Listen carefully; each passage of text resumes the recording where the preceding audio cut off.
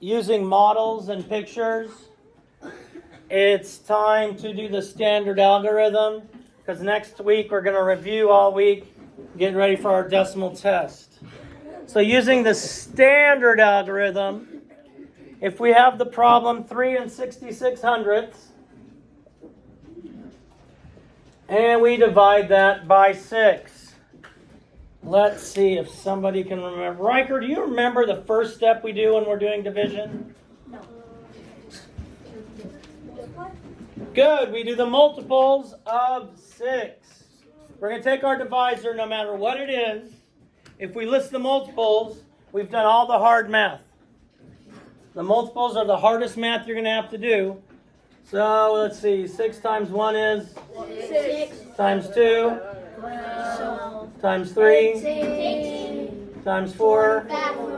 How much? 24. Times 5?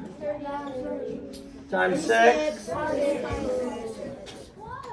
Times 7? Times 8? 48. Times 9? 54. Now, why do we only have to go through 9? Because that's how I usually do it. What? That's how you usually do it, so. Why do we only have to go through 9? Not yet. Mello? Actually, I forgot. Okay. Anybody tell me why we only go through 9? Why don't we just list all of them?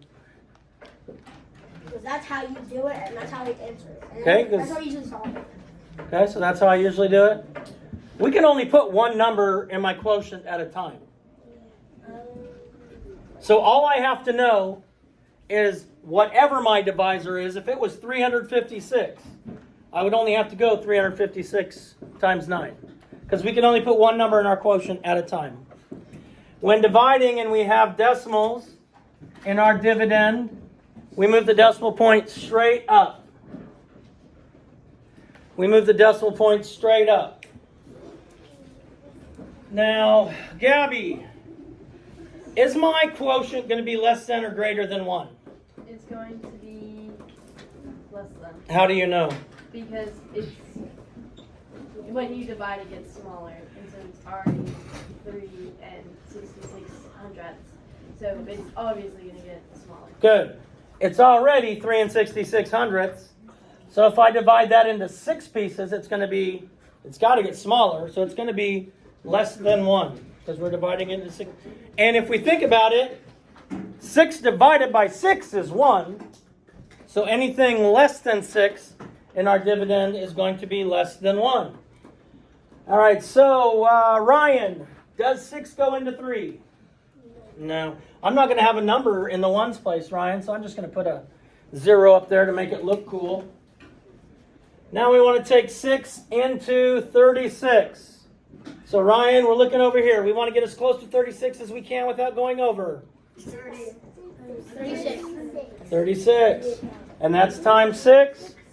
So 6 times 6 is 36. And we bring down, now let Ryan do this. Because I don't want you all to yell out the wrong answer. I'm calling on Ryan because I know he's going to get it right. Ryan, how many times is 6 going to go into 6? 1 time. Good. 1 time.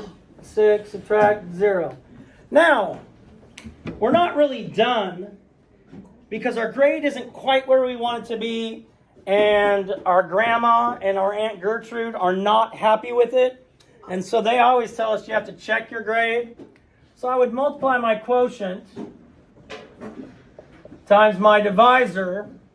And why did I not write the decimal point in when I was doing the multiplication? You already put it there. It goes up. It always goes up. Doesn't always go up. Mello? I said it does. Because the zeros are placed. Oh, come on. Tommy? When you multiply decimals, you gotta make them equal. Okay. Allie, what do you think? Why didn't I put my decimal point right here?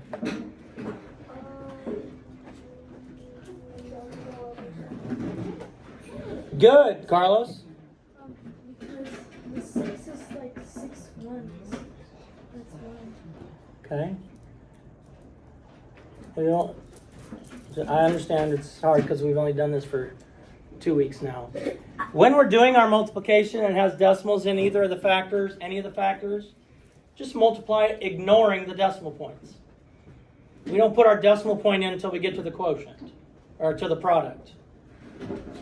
So if I have 6, 3, 6, I go up here. How many numbers are behind the decimal point? 2. Thanks for the 2 of you that were listening. And so it works. It works. If I had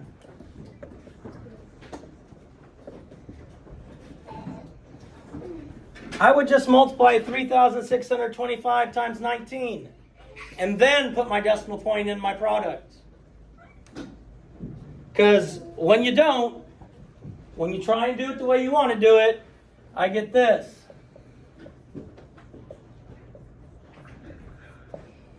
Which is crazy because it should never look like that. So do the multiplication and don't put the decimal points in until you get to your final product. Yes, sir. All right, so let's try 28 and 8/10 divided by 3. 28 tenths divided by 3. Decimal point goes straight up. Riker, before we start a division problem, what's the first thing we're going to do? Do our multiples. Good. 3. 3 times 1 is 12. 15. times 2 6, times 3 9, times 4 12, times 5 15, 18, times 6 18, times 7 times 8 times 9.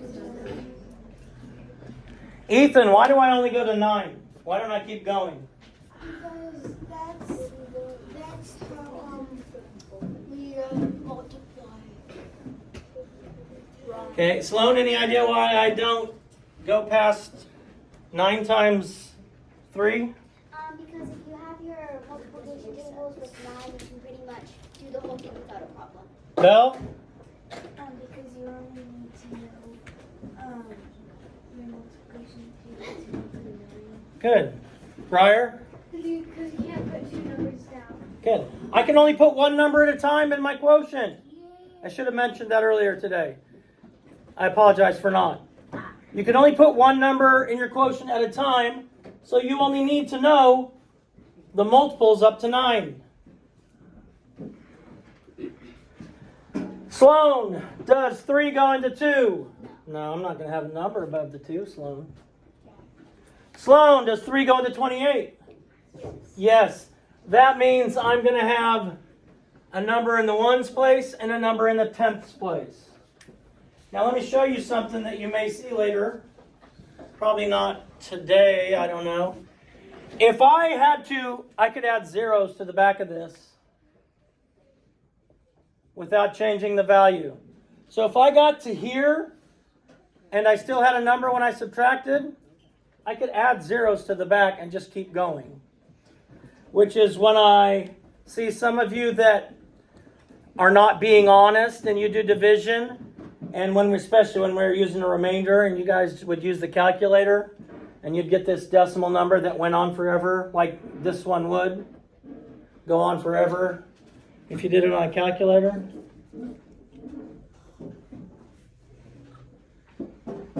All right, so Sloan, how many times does 3 go into 28? We're going to look up here.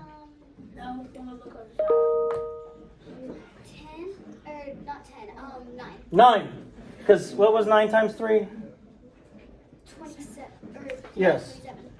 So 27, we subtract. Now we're in our tenths place. Sloan, I want to get as close to 18 as I can without going over. 3 times 6. 3 times 6.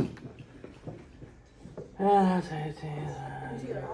Then I could multiply 96 times 3. See if it works.